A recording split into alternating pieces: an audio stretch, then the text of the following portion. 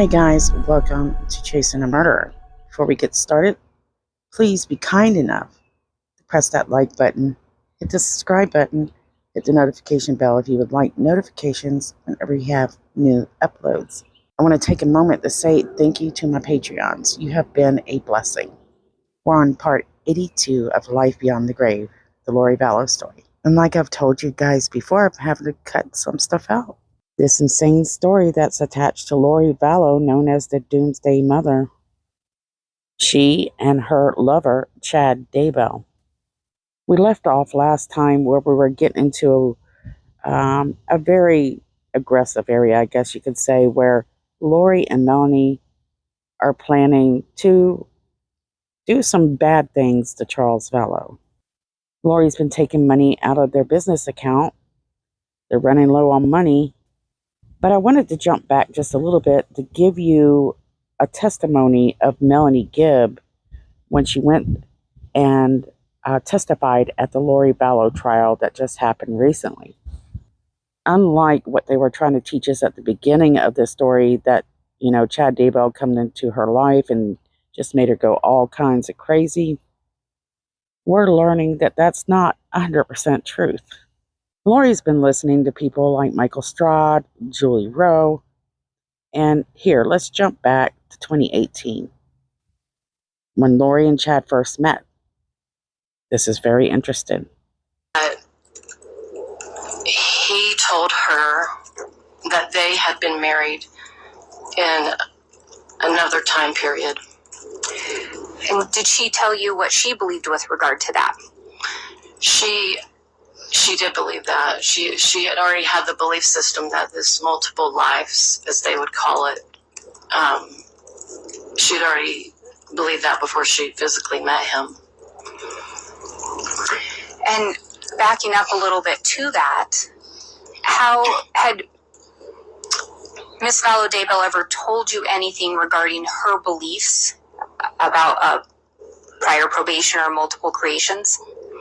She wasn't quite clear in her understanding at that point. She felt, and she shared with me, that she had been married to a prophet from the Book of Mormon named Moroni. And did she share this information with you before she ever met Chad Daybell? Yes.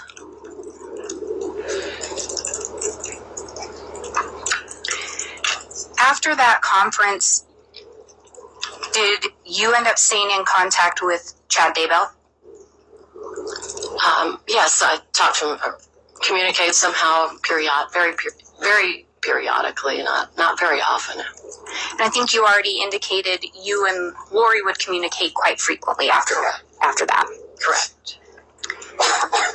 Do you know if Lori and Chad stayed in touch after that conference? Yes, they did. And how do you know that?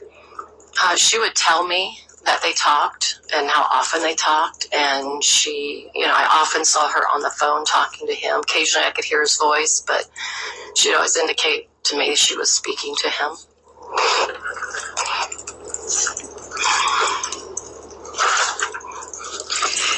When they first met, do you know if Lori was married? Yes. And who was she married to? Charles Vallow. Do you know if Chad was married? Yes. And who was he married to? Tammy Daybell. Do you know if their spouses were still alive? They were.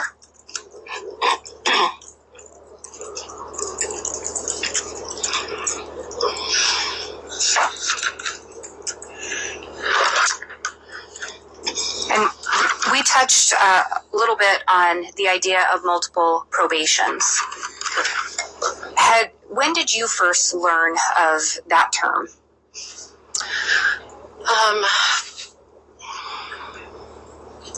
Probably when I started interacting with Lori is when it really began to be introduced to me. And who started to introduce that to you? Lori, and then Chad, but mostly through Lori, through Chad. He would explain it a lot more than she knew of it.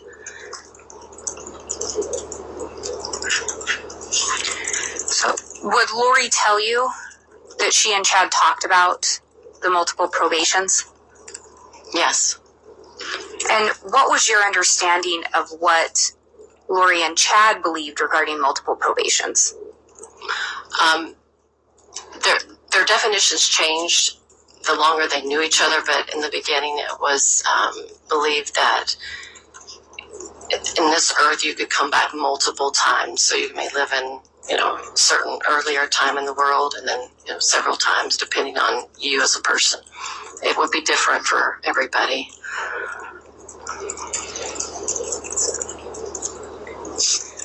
After Chad and Lori met in October of 2018, do you know the next time they saw each other in person? I believe it was 2 weekends later. He came to town for another event that was in Arizona.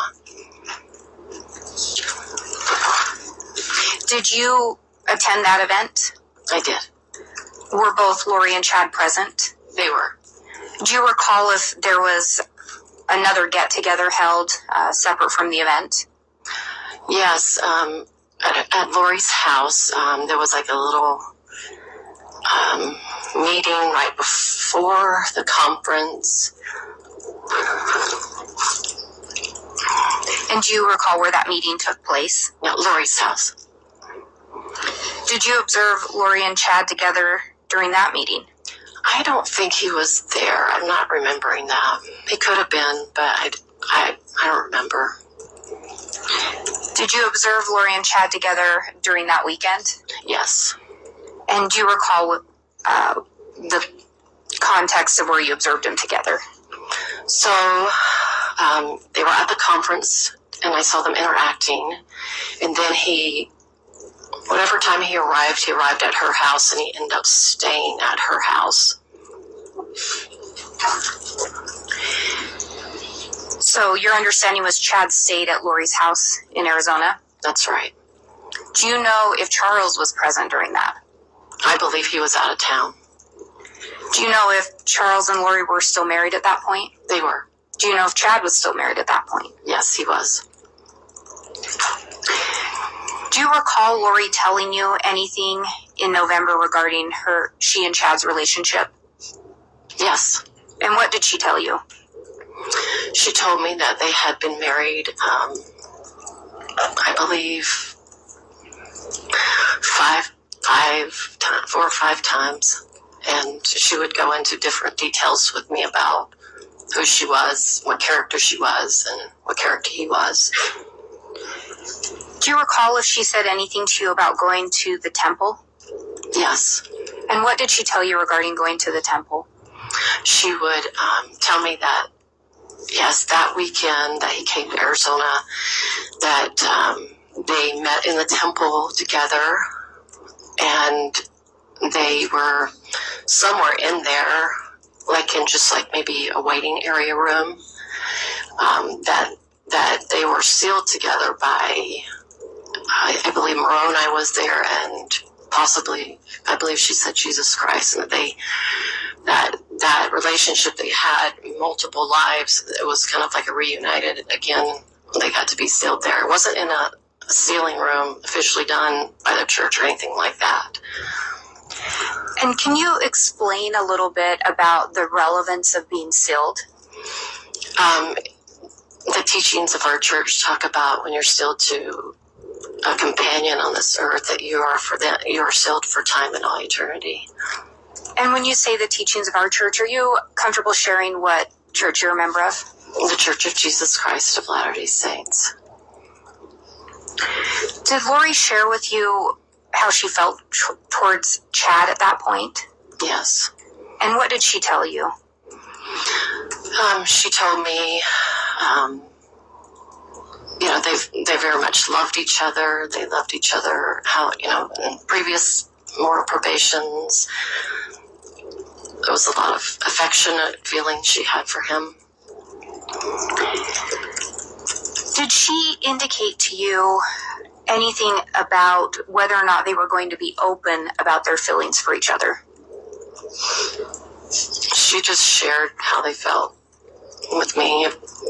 She was open with it with me. Do you know if they were sharing this information with other people? Just probably people in their small group, a circle. I wouldn't think anybody else. So Melanie also testifies that Lori Vallow and Chad Daybell are kind of getting close. Both married, they both have children, and they're both talking a lot about mortal probations.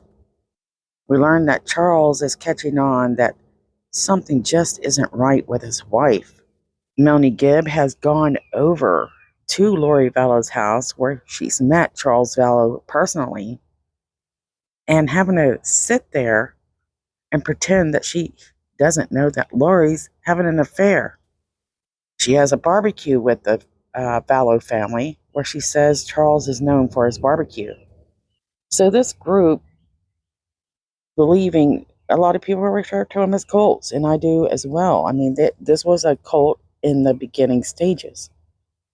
This group began building in November of 2018 when Lori made her biggest connection, which I would have to say was Melanie Gibb. Melanie Gibb was her ticket to everywhere she wanted to be. And there's times that you'll hear Melanie say things like she knew Chad was meeting with people privately behind private settings. But in later interviews, she said that she didn't believe his stuff, at least not 100%. And for many of us following that story, that doesn't make sense. So why follow them and do all these things that they do? Lori Vallow has persuaded Melanie Gibb, which we believe it's hard.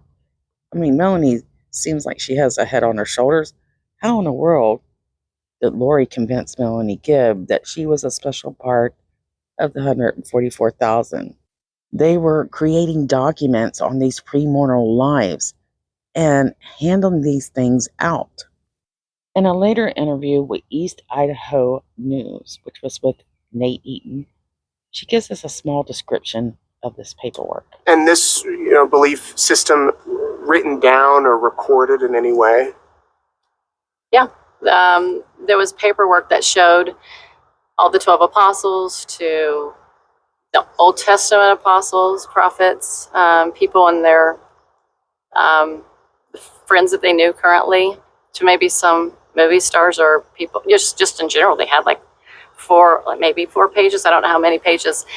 And that was created by Chad. And he would say, well, these are who they are. This is what lives they live. This is how many times they've been on. So yes, it was a whole document. It was a whole plan. I mean, they would write down on paper, like, this is how many lives, this is what it needs to get to this level. You need to go to this many. I mean, it was quite the plan, if that makes sense. It was quite the detailed list. I mean, it was, and I know that Charles was aware of it because he sent it out to a lot of people. So Chad came up with all of this on his own? That I know of. I don't know if he got it from anywhere else. I've never heard that before. And movie stars were on it? I think so, or either he told us personally. I didn't look at the whole list, so I can't say. I just kind of browsed it a little bit because I didn't feel like it was for me to look at. Yeah. So I kind of skimmed it a little bit. So can you? And we will get more information on this stuff as we move forward. But you know what? During this time, Charles is out of town, and he's doing what he can to be very supportive of his wife, which is something he has always been. He's had concerns about money, but, she's starting to get out of control. And several people testify that Lori and Chad, the last time that he was there visiting at her house, they had actually gone to the temple together, hardly knowing each other, and, they manipulated the temple. They manipulated it to seal themselves for a forever marriage bond. They were not in the room that they usually do these ordinances. They just believed that they could take this on upon themselves and seal their souls forever. And the two are married already. So in theory, they're married to 2 people at one time. And can you imagine How is it that a lot of people inside that temple or run that temple, they have no idea that you have these people using the temple to do their own ordinances, their own sealings, and saying that this is something that is true? So there's a lot of secrets, a lot of going behind people's backs, and already a lot of lies. So if the people that run the temple, they haven't set the sealing up, they haven't scheduled it, so who sealed them? According to Melenie Gibb, well, it's here. Can you tell me about Chad and Lori sealing themselves in the temple to each other? And for those people that aren't familiar, couples will go to the temple and be married and sealed together, meaning they believe that their relationship will continue after this life ends. Did Chad and Lori talk about what they were doing in the temple together, which would be against church policy and procedure? Right. Chad didn't tell me, but Lori did. What did she tell you? And she just told me they went together and they felt that they were sealed by those on the other side of the veil that had the authority to do that. So they were in the temple together Right. when this happened, Right. yet she's That's still married to Charles and he's still married to Tammy. Correct. And when you would raise this with them, that, hey, you're still married, what was their reaction, or at least Lori's, because I'm sure you never had a chance to talk to Chad Right. about it. She said that it was okay that they did this because they had been married so many times before that their spouses would understand someday. So it's not certain exactly how much Charles knows at the beginning of January, but by the end of January, he's learning quite quickly. Pretty soon, Lori is going to tell him that she is a goddess and she's meant to lead the 144,000. She doesn't tell him, though, that she's planning on leading it with her lover, Chad Daybell. Chad is, at some point, is starting to teach her things like teleportation and about portals. And by the end of January, while she's believing that she's a visionary and that she can create storms, fire, and will have that eye of the Lord. This is according to her good friend, Zelima. I mention this again because I wanted to go in a little bit more detail. So the way that she sees it is, it's like the X-Men. She can call up these natural disasters, just like in the comic books, on a whim. So, that's interesting. So for me, it was more like she was the Antichrist than an angel or a translated being. And there's no priest that I'm aware of that are able to even call on tornadoes or earthquakes to come at will. It's gone from Jesus returning back to his return causing these things to Lori being the one that caused this destruction. And for many people, if they were to hear this, if this was open to the world at the time, this would be considered quite dark. Lori and Chad deeming themselves as gods that can control natural disasters. Lori and her minions, such as Chad, Zelima, Melanie Boudreaux, Melenie Gibb, and several others, while they have prophecies to fulfill. And Lori is gaining strength in her own belief that she can pray over people and have power over them. And a lot of guys are going, like, how are they controlling these people? Well, they have this, a ranking system that they use to manipulate these people. So it's a trust scale, as we will mention multiple times throughout the series. And it will grow into what I call a fear tactic.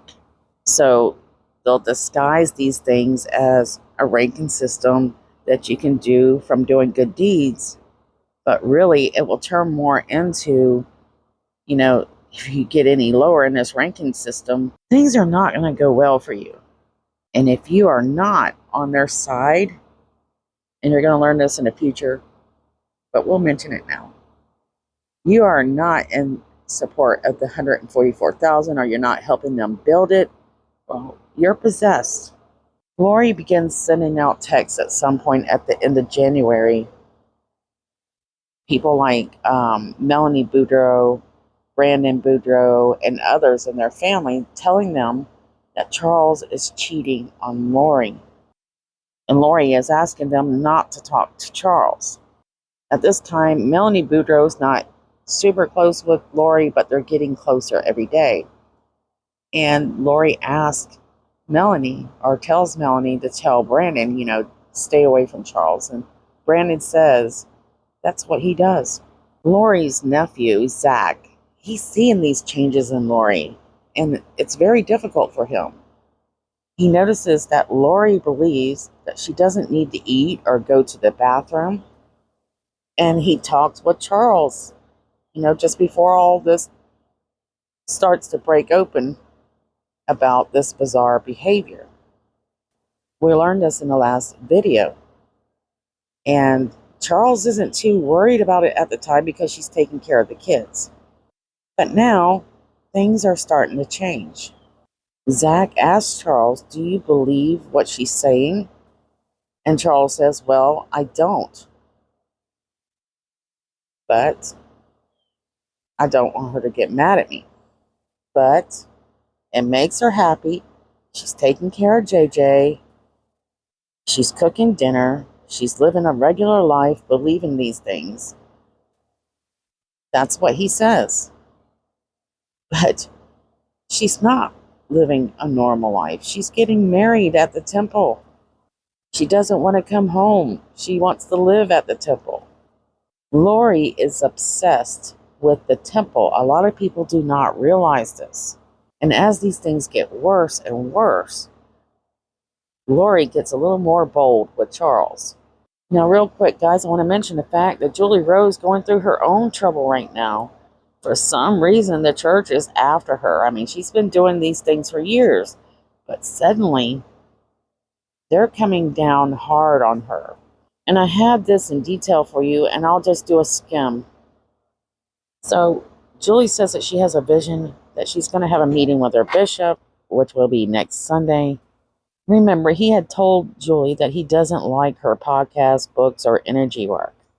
She claims that she's well aware that they've been watching her this entire time through visions. She's not getting any visions about Chad Daybell, though.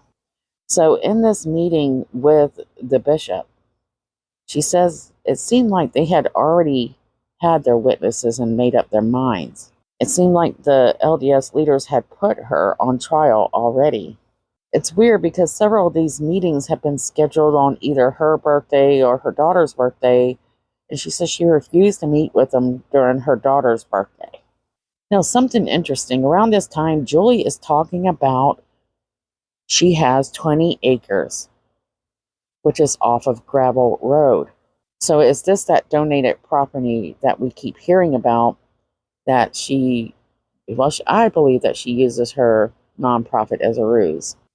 The way that Julie refers to some people, it depends on what she's talking about. Sometimes she refers to some of the people as sisters or brothers, but then again, other times those same people are referred to as clients. I thought that was interesting. So as I researched her, there was a lot of comments saying that they believed that she was getting rich off of people for these beliefs. So she's really kind of prolonging meetings now at this point with the LDS leaders where they're addressing, concerns they have about her teachings, her energy work, etc., and so on. So just keep that in mind. I'm sorry, guys, I wasn't able to put that together any better than what I just did. Now, I've done a lot of research on this case, and I went back and flipped through some of the things I found on Facebook and other social media, and if there was ever a visionary, I found one. There's something called LDS Energy Healing / Emotion, and they posted January 28th of 2019, so about the same time Charles is going to start having disputes with his wife. She's going to let him know that she is a prophet. They posted this. It was something warning about Chad Daybell. It's talking about how preparing a people conference, Chad Daybell and the LDS AVAL are teaching false Christ. Interestingly, these warnings stem back to even 2016, but we'll just go into 2019 for now. It's around this time as well that the church is warning against this, what they call Christ-centered energy healing. And trust me, Jolie Rowe is not the only one pushing this. Sorry guys, I'm jumping a little bit here. So let's go back to this post that's on Facebook, January 28, 2019. The warning about AVAL, Chad Daybell, and preparing the people. Warnings before this case became even thought of. It's not just Chad, but I found it interesting that they will mention Daybells with an S. So this is going to be a lengthy video, guys, and I'm still not going to get into Charles. We'll get there. It begins with this warning. As prophesied by the Lord Jesus Christ to his disciples, and by every prophet since the restoration. For there shall arise false Christs and false prophets, and shall show great signs and wonders, insomuch that, if it were possible, they shall deceive the very elect. So after sharing that, this person writes, we know that many of these false prophets or teachers will rise in the church, and they don't always come from outside. A disturbing thread that we have noticed among the LDS energy healing crowd is last days prophecy teachers. These people preach a timeline of events, even given dates. Some are even claiming to have visions of the last days events and believe that they know what even the prophets do not know. And all these people have one thing in common: they're involved in spiritualism. Spiritualism is a practice of communication with spirits or deceased through a medium. Chad Daybell is now acting as a psychic medium who speaks with spirits on the other side of the veil, and he is now revealing the future. Chad Daybell has sent an email out to subscribers on AVAL announcing that he now has an official timeline of the last day events. However, guys, only those paying a very expensive subscription to this website could read his predictions. Let's pause for a minute. Now remember, a lot of people were pushing that the end days were going to be 2022. But what we're learning is Chad believes that the end days are in 2024. He even suggested that major church events would occur in 2024, as if he is now the prophet of the church. So here's things a lot of people are missing, and I haven't even found this out yet. So was Lori a subscription supporter to Chad Daybell? What about Melenie Gibb and everyone else? This kind of changes your view on how you see the story. Now, this person, and reporters, if you're listening to me, just be kind, like and subscribe, says that they have Chad's timeline, but they've chosen not to reveal his predictions. Nancy James, creator of Preparing a People conference, has written several messages on Facebook claiming that the President Nelson is not infallible and that Christ would never want us to follow the prophet. This is very important because you got to remember, Preparing a People were saying that they were not doing such things, but that's not true, is it? So she continues with, this isn't the first time someone like Chad Daybell has risen among the saints of God, making money by making false predictions or testifying of Jesus Christ. And how true is that statement, guys? In Acts 16 through 18, we read of a lady who had a spirit of divination. Divination is an act of foretelling or pretending to foretell. the future by using occult practices. Divination is also called soothsaying, which is a practice forbidden by the Lord's people. The evil spirit in the lady even bore witness of the divine mission of Paul and other disciples. But they rebuked the spirit and cast it out of her. The scriptures also record instances when evil spirits bore witness of the divinity of the Savior and his disciples, but were rebuked. It doesn't matter if Chad Daybell bears testimony of the Savior or claims to follow the President Nelson. He is practicing soothsaying, and he's being led by a false spirit.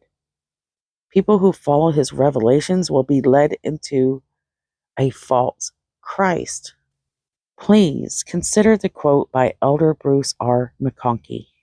He explains why the Lord and his servants reject the testimony of evil spirits. So let's pause right here. So whoever's doing this, if there's anybody that's close to being a visionary that I've found attached to this story, it's this person. They understand the consequences of these teachings. They even have the desperate sound in their voice to do something before it's too late. Anyways, let's continue. The testimony of a devil-led damsel is true. Paul and Silas, I don't know how to pronounce that, guys, were prophets. They had words and power of salvation. True testimony from Satan's servants does not lead to salvation. And in fact, the damsel was saying, go ahead and believe in Paul and Silas and this Jesus whom they preach. I agree that they and their master are of God. And since we are now united on that point, you can continue to follow me and enjoy the fruits of my divination. I'm not going to read the rest of this. I'm going to leave it up here, and you can read through this, and we're going to skip through to the final part. So here you can see that the second coming will be in 2024, not 2022. One witness shows several people that you see at these Preparing a People conferences, like Tammy Ward, Kirk, Kim, Duncan. They're all tied to the Daybells. So why is there an S? I've always wondered that. So there's several people who were once, believers to some extent in the same ideas as Chad until it went crazy. And they said that's when they wisened up and they pulled away. And they were worried about the trouble that people like Chad Daybell and Julie Rowe could cause. And they should be, because these people who want to believe that they're for God, well, they're working against God. Meanwhile, at the same time that you're seeing these warnings posted up, only a few people are seeing these. Lori's become more confident. And Charles, he's headed out of town. And we learned that Chad Daybell has Googled the name Hiplos on January 28th of 2019. Lori Vallow allegedly transfers it's true now, $10,000 from Charles Vallow's business account to their personal account before moving the money into an unknown account. Then she transfers $2,000 more of, it's basically Charles Vallow's enterprise points to her personal account somewhere. And the thing is Charles wouldn't discover the transfer of some of these until February 6th. So while Lori's dipping into their business account, this is what feeds them. This tells you how her mind works. She doesn't care about the kids. She doesn't care about the well-being of the family and all that hard work. She will say that this business and everything that Charles owns is his and hers together. She doesn't only take money, she changes the account number so that he could not get into his own account. And by the time that he actually is able to, get into this account, it's completely empty. There's only $7 to his name. So Charles is starting to get emails from places like Enterprise Rent-A-Car saying, we transferred 2,000 points. And he's going, what the heck is going on? This is just a few of the things that Justin Lum, a reporter for Fox 10, would put out. And I will deem him the document man because he just has so many documents on this case that he shares.